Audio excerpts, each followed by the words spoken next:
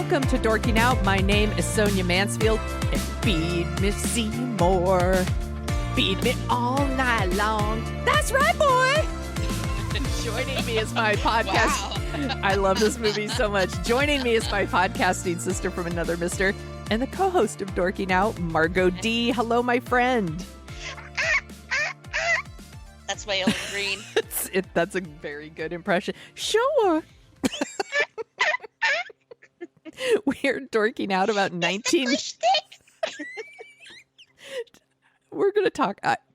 I love her so much in this movie. We're going to gush. Quite a bit. We are dorking out about 1986's Little Shop of Horrors.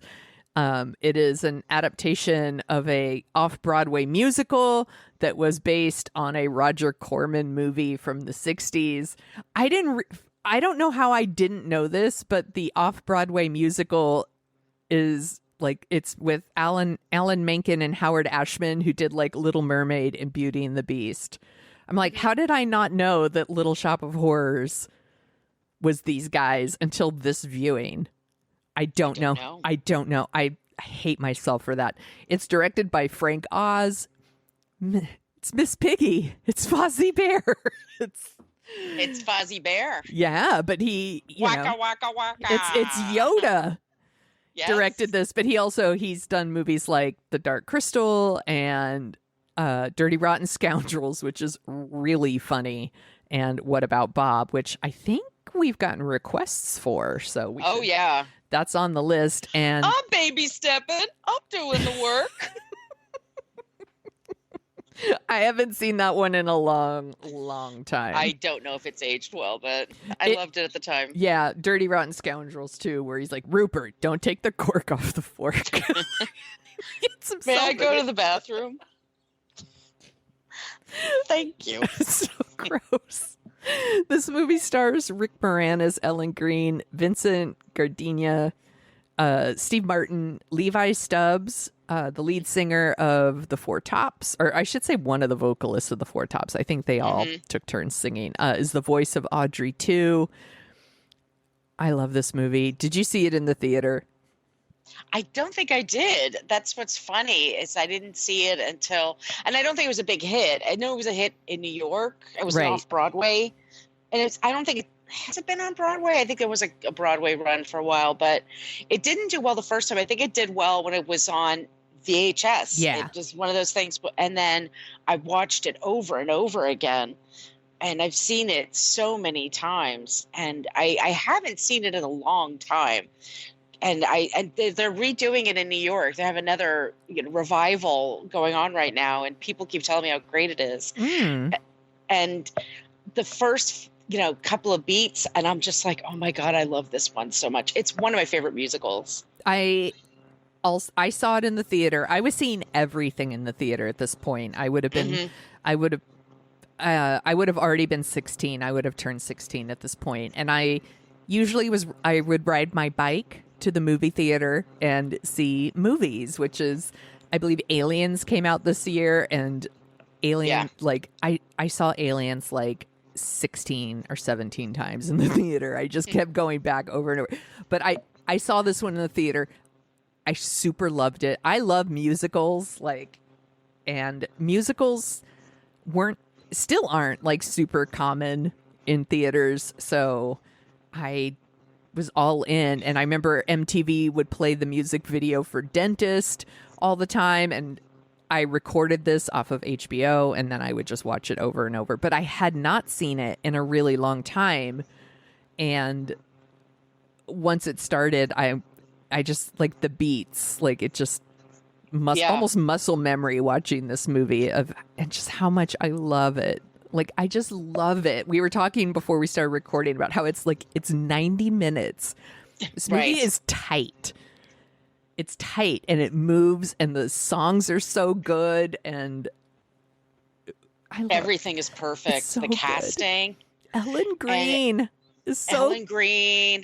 She's so fucking good in this. Her as voice. Audrey. Oh, my God.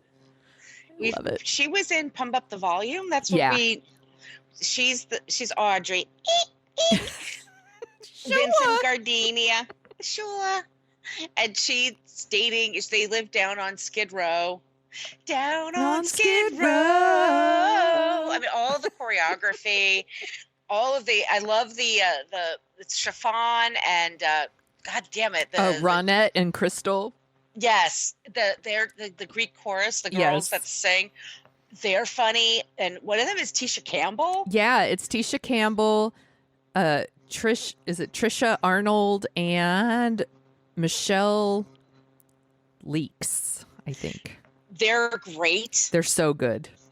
They are so good. Their outfits are beautiful and great. I'm sorry, it's Michelle Weeks. I apologize, Michelle Weeks. Okay, sorry. Rick Moranis is funny as Seymour.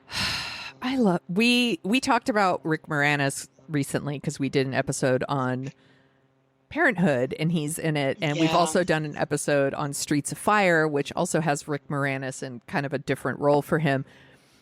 Rick Moranis in this movie is just my type. Like, I love a nerdy with the glasses and the sweater vest, and I'm like, you're just my type. Like, he's cute. This guy. They work at Vincent Gardenia runs a flower shop, and it's not doing very well. And Rick Moranis is Seymour, and he's Jesus, and he finds a plant, and the plant is special, and he puts it in the window, and it's because of an eclipse of the sun, the solar eclipse, and he brings it in, and then there's the whole scene where feed me Seymour, feed me all night long. You can do it. I mean, God, those songs are so freaking good. I'm not gonna do them justice. Levi Stubbs' voice is so fucking perfect for this plant. We should say, too, like, they filmed this on a soundstage at Pine Studios in England. It looks incredible. Yes. It's really unbelievable. The choreography is great. Everybody there is like a really good singer and dancer. Yes. All that's like just the costuming, the art direction is really, really great because it does look super grungy. But so he's in love with her, and she's dating a dentist who's Steve Martin, who's this dick. And he's a dentist who's like a monster who's beating her. He is so funny in this movie, though. Like, and scary. We have to tell you, he's scary. And scary. Yeah, I think my dad hated this movie because my dad hated dentists because he had a bad dentist experience when he was a kid. He had a dentist that wouldn't use any pain reliever, like Novocaine or anything. Yeah, no, that's a monster. That's a monster. Yeah. I would not want that. I debated watching this movie with my 10-year-old and then decided against it because it's hard enough to get him to go to the dentist. And I was like, this would mess him up. I was like, by the way, he would love the plant. He would love Audrey II. And like on this viewing, I was so blown away by the puppetry of the plant. Well, it's Jim Henson Productions. Yeah. So that's those kind of special effects. They're doing practical effects, and it really looks. So, but the problem. So this is the story, is that the plant first needs blood. So Seymour has to cut his finger to give the plant blood, and the plant grows bigger and bigger. It's so cute. It's adorable, right? It's nursing from his finger, but then it gets bigger and bigger, and it grows exponentially. And Audrey is dating this abusive dentist, and Seymour's in love with her, and she's in an abusive cycle. Yes. And then the plant demands blood, like human blood, and it wants meat, and it wants human meat. And so he convinces Seymour, look, because the shop all of a sudden gets really popular because people are like, oh my God, what is that plant? And Christopher Guest is in this movie. Bill Murray is in this movie. John Candy. there's so many Yes. cameos in this movie of just people that just show up, and like we said, it's tight. There's not a scene that like doesn't belong or is padding. Like everything moves the story along. But he's in love with her. All of a sudden the shop is super popular, but Seymour's working himself to death, and the plant is getting huge, and then the plant is demanding a sacrifice, like it wants bodies. So it's so icky. Like, I mean, Seymour is literally like nursing him with his blood. And yeah, eventually Audrey II starts talking and says like, it must be blood and it must be fresh. That's the thing. And so he talks him into killing the abusive boyfriend. Right. And when you're all like, and it's great because there's a scene where Bill Murray is waiting in the dentist's office, and he's somebody that's, what's the word, masochistic. Like he wants to be the dentist, and he shows up and he like knows all the instruments and like sets himself up and just like is into it.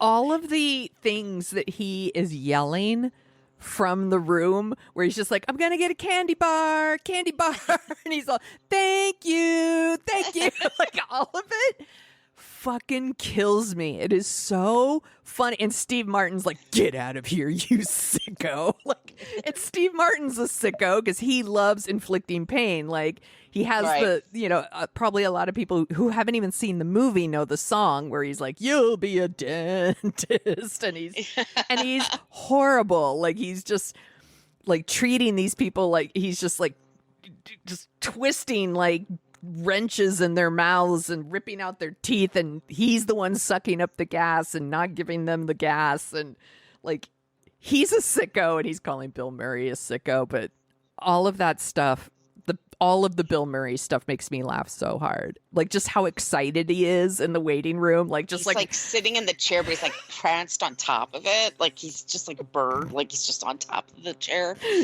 And then he kills him, and he feeds him to the plant. And then Mr. Mushnick, Vincent Gardenia, witnesses it because Seymour lives in his basement. And so then Mr. Mushnick gets upset. He's like, you're a killer. Oh my God, Seymour, you're a killer. And then he gets eaten by the plant. Yes. And then the plant wants more because it's getting bigger and bigger and bigger. And then so Seymour is like, holy shit, I got to get out of town. So he tells Audrey, let's you and I just take off together. And the plant, so they're getting ready to take off, and then the plant calls Audrey, who lives across the street. Once again, like the idea of this giant plant, and it's got a little tiny phone like up to its mouth, and he's like, I need some water. Like, it's just the imagery, the plant. It's great. It's so great. Good. It's so good. And then they play, the song is Mean Green Mother from Outer Space. So now, which is new to the movie, didn't exist in the show. Yes. So then it made it to the Academy Awards. And then because it has a couple of dirty words, they had to change it. But yes, it's my favorite song in the show. It's so good. Well, there's so many great songs. There's so many. I had forgotten how many great songs there are. Like Mean Green Mother from Outer Space is really good. I mean, all of it. Skid Row is good. Grow for Me. Yeah. Suddenly Seymour, Supper Time. Like, yeah. It's all good. It's such a good soundtrack. Like every song is great. I loved Rick Moranis and Ellen Greene in this so much. I love their characters. I think they're very sweet.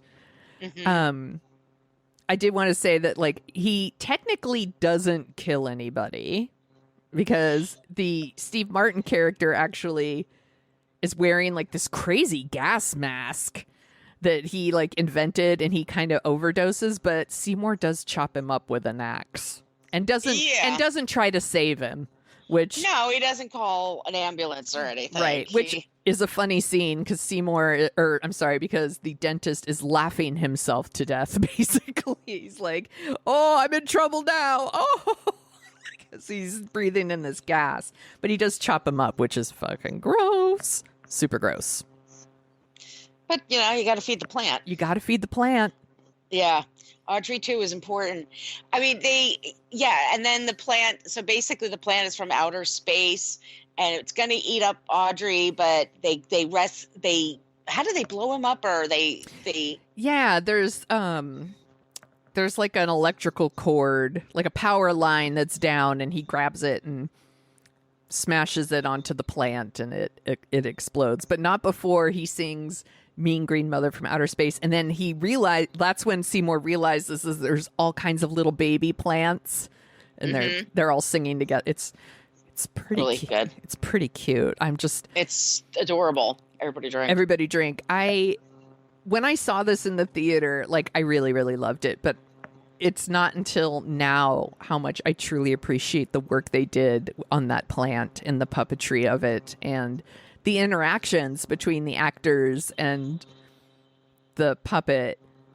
Feels it, because if they did it now, like, it would all be CGI, and it just, this feels so real.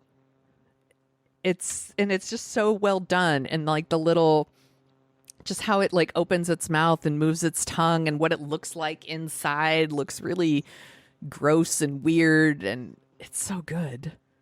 And in the end, in the Broadway show, she's eaten by the plant. Yeah.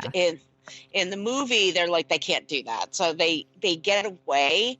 And they do live, somewhere that's green. There's that whole sequence. Her song is so sweet. It's just like, there's plastic on the furniture, and like pine sol scented air, and like she just TV dinners. Yeah, she just wants this like boring. Well, let me rephrase that. People would think it was boring, but it's like she's led such a shitty life that like that's all she wants. She wants like a boring, safe, clean life, and like that's what he wants too. They both had such sad lives, and you really care about them. And I did read about that original ending where she gets eaten and Seymour dies, and I guess they did film it, and a lot of their budget was used on this ending where the plant eats her, Seymour dies, and the plant takes over the earth and like smashes buildings and all this stuff. I would hate that ending. And I know like I know that like people who love the off-Broadway show like were super pissed about this like happy ending. And I'm like, but I care about those characters so much. It would bum me out if they died. Yeah, and there's something like different about a show where it's already artificial. Yeah. When you show up, you can already, you know what I mean? Like it's on a stage, for Pete's sake. Yeah. Like you're in uncomfortable chairs and stuff like that. Like you can already, right? You know what I mean? Whereas in a movie, it can feel a little bit more immersive. Yeah. And I don't want to see them die. Exactly. I don't want to. But they ended just fine. Like they do have their little suburban paradise, but then you see the plants in the garden, and it's going to happen again. Yeah. So I think I think this ending is perfect. And yeah, once again, I know that the original ending has defenders, and that's fine. That's just not what I wanted for this movie. I like this ending. I like that they're happy again, and that they're going to have to deal with an Audrey III, I guess. Yeah. I like that. I want that for them. But I thought it's super catchy. The costumes are great. The performances are really wonderful. It's super funny. I have no knocks against it. Like seriously, I just love it. It's so perfect. Yeah. I mean, I laughed out loud a lot. Rewatching this, like all the stuff with Steve Martin is scary and funny at the same time, because I like her and I don't want him smacking her around, obviously, but I also think the whole dentist thing is very funny to me. All the Bill Murray stuff is funny. I was happy to see John Candy show up. It's the radio station. Yeah, DJ. I love Rick Moranis. I always do. I'm always happy to see him. I think he's got a really good voice. He's actually. I'm sure I was very surprised when I saw this the first time that he could sing, because to me I was like, it's Lewis from Ghostbusters, but I didn't know anything about SCTV or any of that. Maybe I had seen Strange Brew, actually, now that I think about it. But he's so good in this. Do you remember the him. song Take Off? Oh, It's yes. Take off to the great white north. I think he's in that. I think you're right. Bob and Doug. Bob and Doug were like Wayne and Garth. They were the Wayne and Garth originally. They were the 80s Wayne and Garth. I was thinking about Wayne and Garth the other day because we do need to do Wayne's World. Wayne's World, because once a year I watch Queen at Live Aid. Yes. And there's a new digital version that's out on YouTube. That's amazing. Oh. And it made me think of Wayne's World, and then that made me think of Strange Brew, which made me think of Take Off, which has Geddy Lee doing the chorus. Oh my God, it's so good. And Bob and Doug call each other Hoser. They were characters in SCTV, and they were very Canadian. They had a talk show. Yeah. And they were toques. And their movie Strange Brew is definitely like, I knew a lot of like stoners in college that loved to rewatch Strange Brew over and over. That was their thing. It's very Canadian. Very Canadian. What is your favorite song on the soundtrack? Of this? Yeah. I do like Mean Green Mother. Some Fun Now is a really fun one with it's sort of like a transition song. Oh, Seymour, push a broom, nothing in his life but gloom and doom.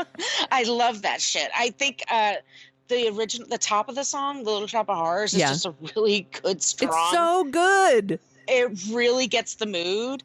It's all really good. I like the ballads. I like you'll be a dentist. And that was the one that played on MTV, by the way. It's hilarious to me that played on MTV. Like, MTV used to do that. They would play videos from movies. Yeah. And I love Mean Green Mother from Outer Space. I also love the one I sang at the top. I love Feed Me. Yeah. You know, I think Feed me. I just think it's really funny. Like, the whole song it's really good. Yeah, I worked at I know I've said this before, but I worked at a store at Stone Ridge Mall, bragging about my credits. And we sold like dance wear and athletic wear. Mm-hmm. And then during October, the entire fucking month, we would sell costumes. And we were allowed to play movies and so one of the movies we would play Beetlejuice, Young Frankenstein, Kiss Meets the Phantom of the Park, and we would play Little Shop of Horrors. And so I've seen this movie. We would just play it on a loop. Yeah. Because it has very little cursing, and so I know a lot of the beats of this film. Mm-hmm. And so I didn't watch it for a really long time because I didn't have to. I'd seen it so often. Right. But I was so pleasantly surprised. Like, I put it on now and I was like, oh, this movie's really good. It just really puts me in the mood for fall. Yes. Yeah. Yeah. It's decorative gourd season, motherfuckers. This is perfect. This is the perfect movie to watch to get in the mood for fall. And yeah, we should put some more fall movies on the list, but we should. Yeah. Beetlejuice should be on the list. We have not done that one yet, and that one would be super fun. It's a good movie, and I love Michael Keaton. He's really great. We love him. Yeah. But yeah. I did not know that this is the only movie that Steve Martin and Bill Murray have done together. They're great. I couldn't believe that. Egos. I wonder about good point. I wonder. Yeah. Yeah, you're right. But their scene together is. I think of poor Frank Oz. He directed a movie, and I don't know what it's called, but it was with Marlon Brando, and Brando was a total dick to him and kept calling him Miss Piggy. Like, he had so little respect. I know. We talked about Brando and What a Creep. He could be a real dick sometimes. And I just was like, he's a really good director. Like, this is really well done. This movie, it's got a great pace to it. Yeah, and his other movies, I mean, Muppets Take Manhattan. Great. Little Shop of Horrors, great. Dirty Rotten Scoundrels, great. What About Bob? I haven't seen it in a while. Probably great. He did In and Out with Kevin Kline. That's a movie to discuss because, Yeah. wow. I don't know how well that movie will age. But I think it aged out of itself like the weekend it came out, to be honest with you. there's like parts of it that are really good. Like, because Joan Cusack in that movie Is hilarious. is hilarious. And I love Kevin Kline. I love Tom Selleck. Yeah. I love Tom Selleck despite myself. Like, the actor, the human, I'm like, but he's really good and stuff. Yeah. So what about Bob In and Out? He did a movie called Death at a Funeral. I actually haven't seen that one. Me neither. And, but he is a really good director. And how dare Marlon Brando? Did you see the clip I posted? I think it was something I retweeted, and it was Christopher Reeve, and he was on David Letterman, and it's like early 80s, and God, he was so handsome. And David Letterman said, what was it like to work with Marlon Brando? And this is back when people used to talk on talk shows and talk shit, like didn't care. And he said, thought he was a pain in the ass. And he said, really? He goes, yeah, I thought he was lazy and rude and had an attitude as like, I'm just taking the money and run. And he said, that's his attitude. And I thought it was terrible. And he said, I really would have liked to have sat and talked with him and learned from him. Yeah. But I thought it was really, really bad. And Letterman didn't even know how to talk to him after that. Like, as it was so truthful. Like, he was so used to people just sticking to their like pleasant, their talking points, or just being a butt smooch. Like, oh, it's Brando, Godfather, and right? Blah blah blah. And he goes, no, I was really disappointed. I'm like, who's Christopher Reeve? He's really young. He's handsome. He's twice the size of Brando. He could take his ass. So he was like, yeah, I'm just gonna tell the truth. Yeah, good for him. Yeah, so good for him. I love Christopher Reeve. R.I.P. I know that one was tough. Yeah. I read that Gene Wilder and Tim Curry were both considered for the part that Steve Martin plays. They would have been good. Yeah. I'm like, either of those would have been great. And then I read that Cyndi Lauper and Barbara Streisand were also rumored to be offered Audrey. I think Cyndi Lauper would have been perfect. Yeah. Barbara Streisand, not even close, I don't think. Too old. She's too old. She was too old for the part at the time. She's too old. And Cyndi Lauper would have been great because she has the accent and the voice. But Ellen Greene, come on. Yeah, she's the only one from the off-Broadway show that's in here, I think. And the singing voice is amazing, and then the speaking voice for Audrey is so good. Oh my God, she's great. And I just her wardrobe, by the way, I would wear a lot of the things. You would wear everything. Let's be clear. You had envy.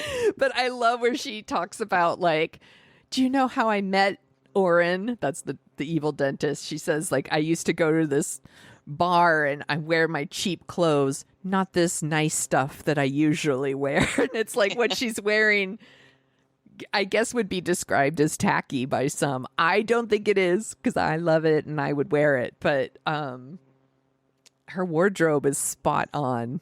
And so is Rick Moranis in this. Like, his character, his little bow ties and his sweater vests. And it's nerdcore. I mean, it is absolutely nerdcore, which is clearly just my type, because I'm like, smash.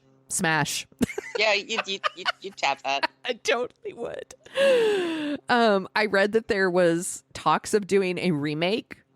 Did you hear this? No. Okay, and that they were going to cast Taron Egerton from who played Elton John as Seymour, and Scarlett Johansson was going to be Audrey. And I'm like, it's already been done. It's perfect just the way it is. It's a period piece, for one thing, right? So what's the point of redoing it? If it were like too dated looking, like if it looked like 1986, that'd be one thing, but I don't understand. No, it's perfect. Yeah, it's not, whatever. Yeah. And then they were going to get Billy Porter to do the voice of Audrey too. Great. And actually this one, I'm like, I would want to see this. Chris Evans was in talks to play the dentist. And I'm like, Yeah, I'd see that. I'm I'd see like, that. I take back everything. Yeah, I'll see that. I'm like, I don't want to see it. I don't think they should do it. I think this movie's great. It's not needed. It's not necessary. Exactly. But I would see it But because I'd see the shit out of it. because Yeah. I want to see Chris Evans as the dentist. I do want to. Maybe he would tap dance instead, and Yeah. I would totally be okay with that. Maybe they should do one of those like live TV versions of Little Shop of Horrors like they did for like Jesus Christ Superstar and Sound of Music. And they could do it with Chris Evans and I will watch it. Yeah, That would be they fun. should. They should. I think it's the music in this thing is. If you're not into musicals, trust me. Just and you've never seen this, give it a chance because the music is so good. It's so catchy. It's so good. I think it's super catchy. I think in a lot of ways this is almost like a musical for people who aren't into musicals. Yeah, 'Cause if you like pop music, Yeah, because the music's super catchy and like there's like a sci-fi bent to it with the creature and this it's isn't funny. yeah. This ain't your mama's musical. No, tough titty. He says shit. The puppet says shit, y'all. It was Mean Green Mother from Outer Space was nominated for Best Song. It did not win. This is why the movie got moved up the list because last week we talked about Top Gun and Maverick and Take My Breath Away was the song that won Best Song. And I'm like, that it makes sense to me, but it's no Mean Green Mother from Outer Space. Right. Just saying. It was also nominated for special effects, but it lost to Aliens. Which is fair. I mean, Super fair. Like, yeah. Aliens is dope. And I think maybe if you're going to break it up, maybe your practical effects and then different digital effects, maybe. But the Oscars are long enough too. True. We have never done an episode on Aliens. That would be fun. Excuse me. You're fine. Yeah. No, I just was adjusting my mic. Sorry if it's loud. You're okay. Yeah, I would totally. That's one of my favorite movies. Yeah, we did an episode of that with the previous host, but I would love to do it again and talk about it with you. So that would be fun. Aliens is one of my favorites too. Do you want to hear some of the other movie musicals that came out in the 80s? Of course. Okay. Fame. I Want to Live Forever. They'll remember your name. The Blues Brothers. One of my favorites. Yes. I have actually been thinking about showing this one to my 10-year-old because he is really into disaster movies and car crashes. And that's why I've shown him Speed and Smokey and the Bandit.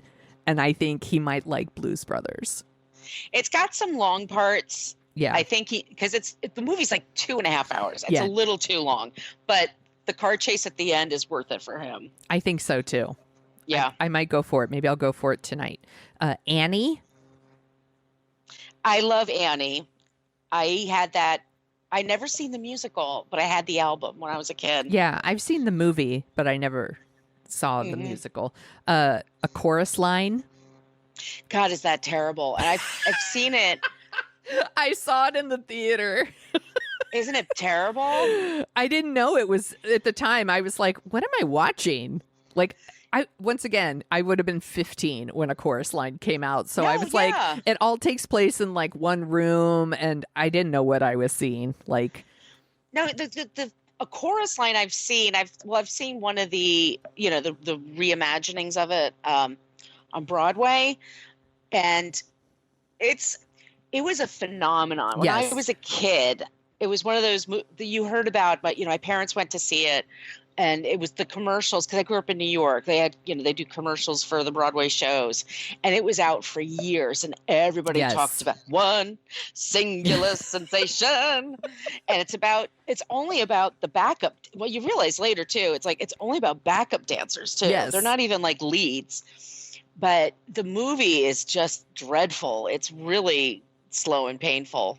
Anyway, I still sing all the time though. Gee, I hope I get it. I hope I get it. I get it. It's got great music. No, it's Marvin Hamlish. It's really great music. It's just the movie did not do it justice. Yeah, for sure. Yentl. I'm not a big Yentl person. I like Barbara Streisand, and I have friends that are big fans of this movie, but it's not my favorite. What about you? I saw it one time, and I was like, I'm good. Papa, can you hear me? Once again, it's not my jam. We did an episode on this one, The Best Little Whorehouse in Texas. Yep. So cute. Yeah. Dolly Parton. Labyrinth. I've never seen it. I like Labyrinth. I think it might be creepy now because David Bowie's basically trying to like kind of woo Jennifer Connelly, and she's quite young. She's playing a kid. She's like 14 or 15, right? Yeah. But maybe Bowie was into that. Sorry. True. He's just playing himself. Yeah, that was him in the 70s. So. I should rewatch it. I wonder if maybe I'm not remembering that right, but I think I am. We did an episode on all of these last three, actually. Xanadu. Love. Hairspray. Love. Perfect movie. Perfect movie. And then a movie I love and you don't, Grease 2. Yep. We go back to our archives. We have a discussion about Grease and Grease 2. I unapologetically love Grease 2. I think I liked it fine. Yeah. By the way. Yeah. No, you don't hate it. I think I said you hate it. You don't hate it. You're like it's fine. But I'm it's fine. I just don't get the. But it's fine. Yeah. We don't have to like everything. No, we have to agree on everything or the show is ruined. So can I tell you about the top 10 songs when this came out? Please. So it's December 20th, 1986. Y'all. Number 10. The Next Time I Fall in Love. Peter Cetera and Amy Grant. Oh my God. That song. It's everywhere. Like everywhere. Yeah, everywhere. Mall song. I worked at the mall. Oh my God. Total mall song. Great description. It was in the store, outside the store, in the parking lot, over the speakers. Fuck me, that song. Okay. I love this. Stand By Me, Benny King, because of the movie. Yeah, it was such a good movie. We've gotten requests for that one. My sister in particular has asked us. Oh, I'd totally be into it. Sorry, I lost it. Okay, here we go. Love this song, but one hit wonder, Robbie Neville, C'est La Vie. Yeah, total one hit wonder, but I was into it. Huey Lewis in the News, Hip to Be Square. I love Huey Lewis in the News. Same. Love. Here's another one of my favorites, Billy Idol. I do love Billy Idol. Me too. I think underrated. To Be a Lover. I love that song. Underrated Billy Idol song. Another one hit wonder, Gregory Abbott, Shake You Down. Okay. I just want to shake you down. Well. That is a perfect song. And I will. It's a good jam. I love Makeout that song. Love it. Duran Duran, Notorious. Duran Duran is still rad. Yeah, they are. Here's a song could not get away from. Wang Chung, Everybody Have Fun Tonight. That's number 3. Okay, not only could you not get away from the song, but the video was on MTV all the time, and there was this whole People thing. got sick from Yes, because it's this weird, like, the weird editing of it. It was like kind of, it made people like have seizures and made people sick. Not me, but made other people sick. But the song. There was like an MTV, which was a thing. There was always one video every year that made people sick. Somebody did some. Do you remember? Like, there's some video. Somebody did a new trick or something, and it made people sick. And that was part of their thing. And that year, it was Wang Chung. Yes. Let me bring it back. Sorry, it keeps going down. Number 2. This song, Bruce Hornsby and the Range, The Way It Is. It's such. I mean, I understand where they're. It's about racism, by the way, the story. Yeah. But it's just like it's one of those songs. Like it's a piano.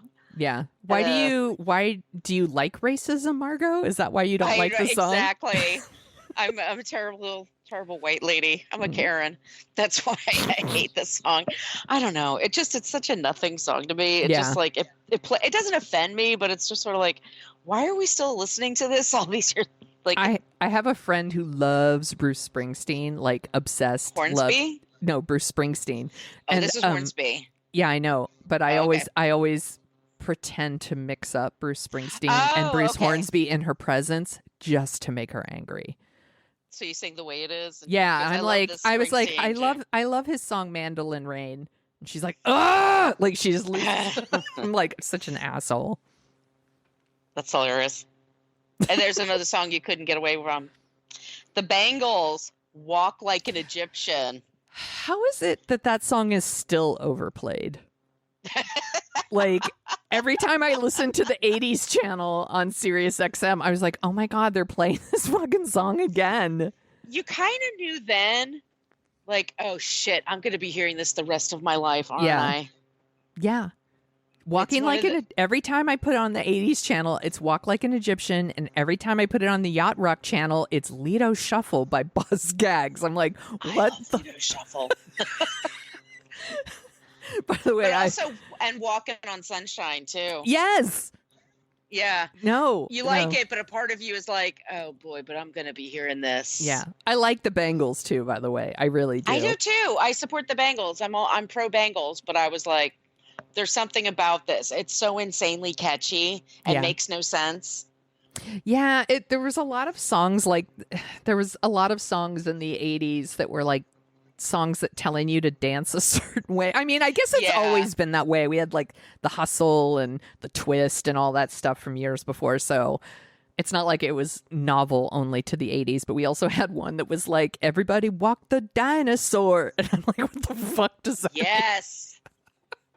And Macarena? And the Macarena, that was that 80s or 90s? I forget, but it was a 2000s. thing. 2000s. Yeah, it was a thing. Yeah, it's so funny how that happens. It becomes an earworm, and then you put on a channel, and then it's like I listened to the 70s, that.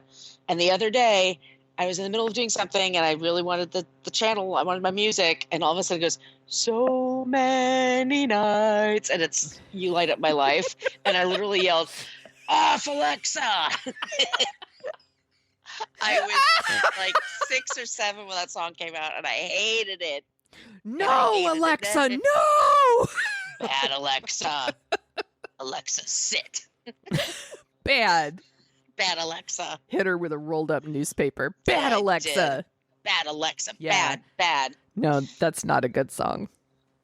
But that was the top 10 pop charts, America. A really good list. I can't believe Mean Green Mother from Outer Space isn't on there, but what is wrong with people? I don't know, but still. Mandolin Rain is. Well, that's good. Somebody's like, I need to own this single. At least some Bruce Springsteen's on there. Let's take a break and then we'll come back and talk about what we're dorking out about. Did you watch Discovery Channel? I watched this last night. The Army Hammer documentary. I was going to watch it this week. It's pretty gruesome, I have to say. Oh, all right. I'm going to mentally prepare myself for that. Mentally prepare yourself. It's 3 parts. It's about him. Oh my God, I had no idea. I mean, and of course, when he was first outed as a creep, and we were like, he was talking about the cannibalism, people kind of made light of it because it just is so absurd. Right. It doesn't seem real. It doesn't seem real. It's fucking real, y'all. Ew. It's real. And he's super creepy and abusive, but he comes from a very creepy and abusive lineage. And it starts with his great grandfather, and it goes way back in his family, and the entitlement of all these men and how they treat women. It's batshit, and I don't want to give too much away because it's a really interesting story, and I want to, I think it's very. I know one of the women that didn't appear in the documentary, and I didn't find this out until later, so. You just know this. One of the women, and she's pursuing charges, by the way, and it was in the LA Times this morning said that she didn't participate in the documentary and she's upset that her lawyer did. And it's Gloria Allred. So Gloria Allred, I think, shows up with a microphone attached to her. I think she has one attached to her body. She does. Permanently. Yes. I think, like Dr. Joyce Brothers was a joke. Like she would always just show up at Dr. Joyce Brothers. I have a mic with me. There was a Simpsons episode with that. I think, like, yeah, Allred just knows when there's a mic. And so that's her lawyer. Mm-hmm. So she's not happy about it. So I didn't know that until afterwards. But a lot of women are participating that they said that he had an abusive relationship with them, and they described the grooming process and what went on. And then you meet his aunt and what she went through with her brother, with her father, and then her grandfather, and then the family. And then it takes some twists and turns that you're going to be like, holy shit. That's like, yeah. All right. He comes from some really messed up lineage. I'll just say that. Okay. So that's the thing I was watching, and I'm still enjoying the Tim Gunn, Heidi. Oh yeah. Klum, the Amazon fashion show that they're doing. Oh, making the cut. Making the cut. Thank you. I actually bought some eyeshadow from one of the episodes that Urban did. And it's cheap, but it was really nice. But they had an episode where they had to do some gear, and it was like for it was my least favorite thing. Like, you're going to create a look that's going to be going to a rave, like you're going to be a Burning Man, or you're going to be. I'm like my place you would never find me, and. Spoiler, it starts, and it's at the top of the show. The main judge is the dude, and he's like, you know how many notes I took for this? None! And then it goes back 48 hours earlier. And so I was like, oh, I'm in. And this is after the Army Hammer stuff. So I was like, I need some like bitchy fashion. Yeah, you do. Yelling. So it was really good. And so I'm still into that. And I'm reading a book about the Zodiac Killer for light reading, you know. It's a comedy. It's a waka waka. I'm not sure how good it is, but it's been in like the true crime community, and it's a guy that claims he solved it, and a guy, that's like my very proper way of saying, let me just say his name, Jarrett Kobek. Okay. He's from the Bay Area. He lived in the Bay Area for a while. So the killer, the killings of Zodiac happened in the Bay Area, and so those of us that you're from there, I lived there for a while. It's kind of in the DNA of people that are up there. It's this unsolved killing, and he basically came up with this idea that it was probably somebody that was into fanzines and sci-fi. Oh, okay. And so he wrote this during the pandemic. I have a point. He wrote this during the pandemic, and he just doing research, because in the pandemic, what the fuck were people doing? Right? Yes. If you didn't have a job still, then you had to like find ways to occupy yourself. And he's a writer. So he went down rabbit holes, which is what he liked to do. And he thinks he solved it. And it's somebody that no one ever picked before, and he's making a decent argument. So there's two books. One, he just talks about this is all the people that, and he's sort of deconstructing the whole thing. I like it because he's saying, like, the guy that killed these people was a loser and was somebody that was, antisocial. Right. And not some mastermind genius. They always try to do that with serial killers and with big killers, because that just it makes it into the media and sensationalizes them. And he tries to break it down more, and he also breaks it down more for the victims so that they seem more human. And then he just goes into what he did, and he just basically Googled fanzine 1968 Bay Area. Okay, and it was like the first thing that hit, and then he thinks he found the guy. Interesting. And I think you can Kindle it. I got paperback copies, but it's interesting. And anyway, more importantly, I got a first copy of my book. Yes. Yes. Everyone go pre-order Margo's book. Yeah. It's called Filmed in Brooklyn. It looks, I'm really proud of it. It looks great. It's coming out. It's supposed to come out October 17th. That's why I was really surprised. It showed up the other day. I got a few copies from my publisher.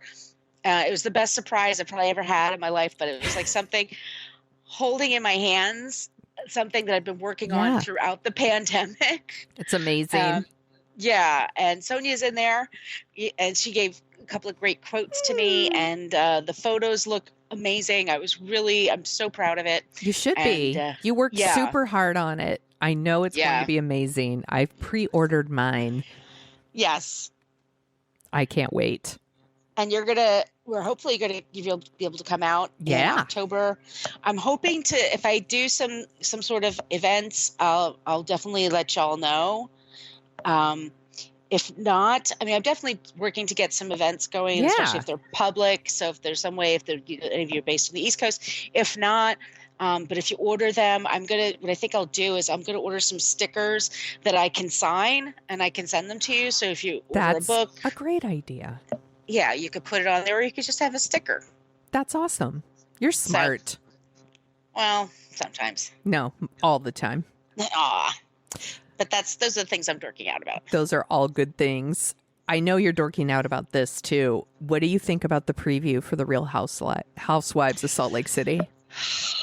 Because Beverly Hills is becoming a huge weird bummer and a bully session.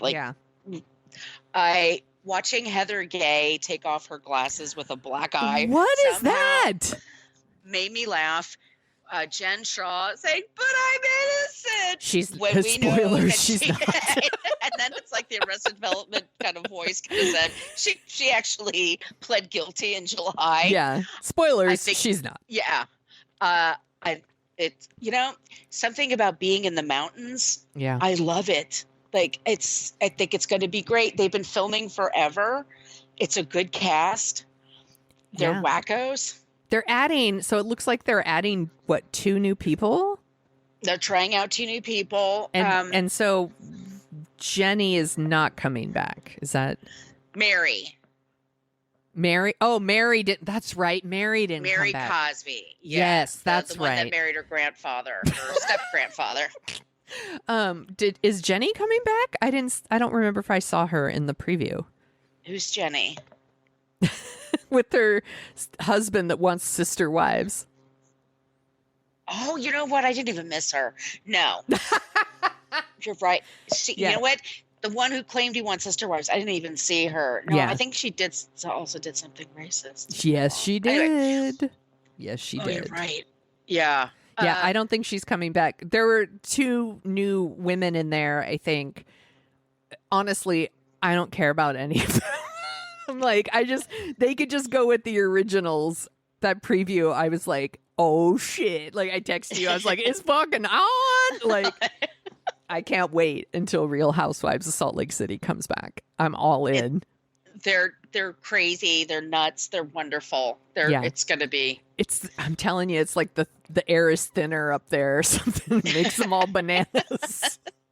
It's all that thin air. Yeah. Yes, I love it. Yeah. I watched the documentary Untold, the girlfriend who didn't exist. Yes. The Manti Te'o story. I think it's super interesting. I didn't know all of this. I knew there was a football player who faked. I was told what I took from the original story was there was this football player whose grandmother and his girlfriend died on the same day. And then it turned out he was faking having a girlfriend. That's the story I walked away from. I didn't know any of the other stuff. So this one was, he wasn't faking a girlfriend. He was catfished. And this is explaining how that happened. So a lot of this was news to me. Maybe a lot of other people know this story. I did not know this story. I think it's really well done. I think that I'm reading a lot of interesting takes on the internet because I don't know, maybe the documentary doesn't go as hard as it should against the person who catfished him. Yeah, it's a dicey situation. Yeah. And I hesitant to spoil it for anyone who hasn't seen it because even like in the first like few minutes, I was like, well, that's a twist. I didn't see that coming. Like, because I really didn't know. So I think it's really good. I think I like sports documentaries too. Like we talked about this and What a Creep. We were talking about Pete Rose this week on What a Creep, and I was talking about how I like sports documentaries. So this one was right up my alley. Each episode is like 45 minutes, and there's only 2. So you could get through it super fast. It's a good one. And then there are 2 movies. Okay, one came out this week on Netflix, and it's called Love in the Villa on Netflix, and it's a very predictable romantic comedy where like a woman books an Airbnb in Verona, Italy, and it's double booked with like a handsome British man. You'll never guess what happens next. No, I can't even. The possibilities, I just can't even. So I watched it. It's perfectly fine. It scratches the itch. It makes you want to go to Italy. They are beautiful. It's Kat Graham, who I've never seen before because I don't watch The Vampire Diaries, and Tom Hopper from the Umbrella Academy, another show I don't watch. So these were new people to me. I think it's very sweet, nice, romantic comedy that makes you want to go to Italy. I like it. So I watched it because next week, a horror movie version of the same exact story comes out where an Airbnb is double booked, but things go wrong. I wanted to see both. I don't know why, but I made this a thing that I'm doing. So I watched Love in the Villa first. It's on Netflix. It's very sweet. I like things like this.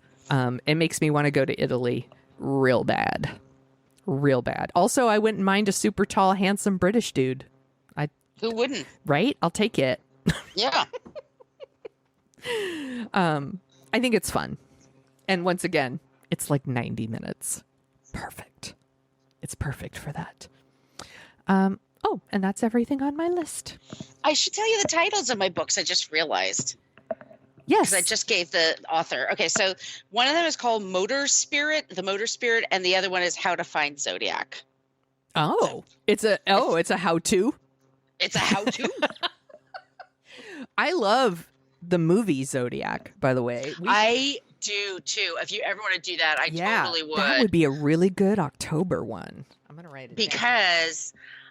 Because this guy is unraveling like what the police, and honestly, and I think John Mulaney has a whole bit about like how did the police solve any crimes before DNA? Because man, if you weren't there to witness it, like holy shit, and like the cops, like Tochi, is that his name? Toski? There's a cop that it was played by the guy who plays the Hulk. Mark Ruffalo. Yeah. And they make all that gumshoe stuff like, I'm walking around San Francisco. I'm trying to find the Zodiac. I'm going everywhere. And it's like, he's basically like, they did a shitty job. Like, they could not have done a worse job looking for the Zodiac. Like, such a good movie. Such a great movie, though. And it's terrifying. That's so terrifying. And I'm somebody who has a high tolerance for like horror and true crime and stuff like that. I'm reading this shit on my vacation, right? And those first like couple of kills are just like, because I know the areas like Lake Berryessa and stuff like, I know how like calm those places are and quiet. And it's all I could think about is like a couple on a date just hanging out, and this crazy person shows up out of nowhere. Well, I can tell you this, in the book, he thinks what happens is this guy had this gear that he went to a Renaissance fair, and that's why he had the hood and shit. Oh my God, this is fascinating. So it's like he's one of those Ren Fair dorks that like they weren't killing people though. It was just like the dichotomy of that is like really interesting, right? Yeah. Hey, speaking of Mark Ruffalo, have you watched any episodes of She-Hulk?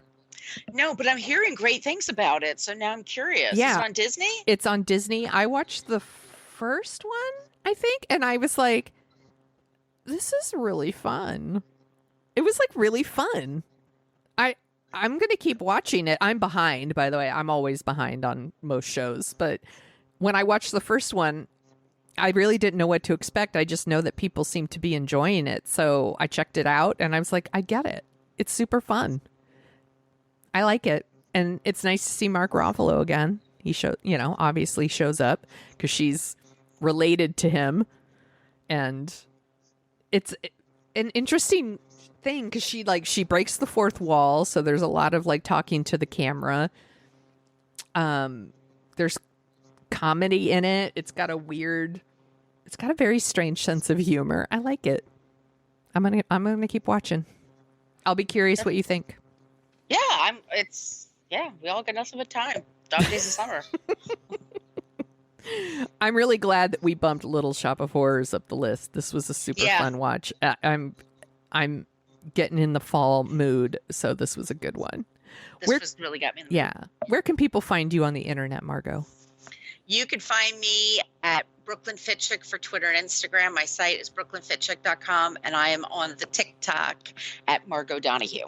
And you can find me at thesoniashow.com and The Sonia Show on Twitter and Instagram and TikTok. If you want to make a request, you can email us at dorkingoutshow@gmail.com, or you could tweet to us right on our Facebook wall. If you want some stickers, email us. If you could be so kind as to leave us a review wherever you listen to your podcast, that would be awesome. It helps us find our people, and it offsets the 1-star reviews we get from people who go, "Lady voices bother me, 1 star."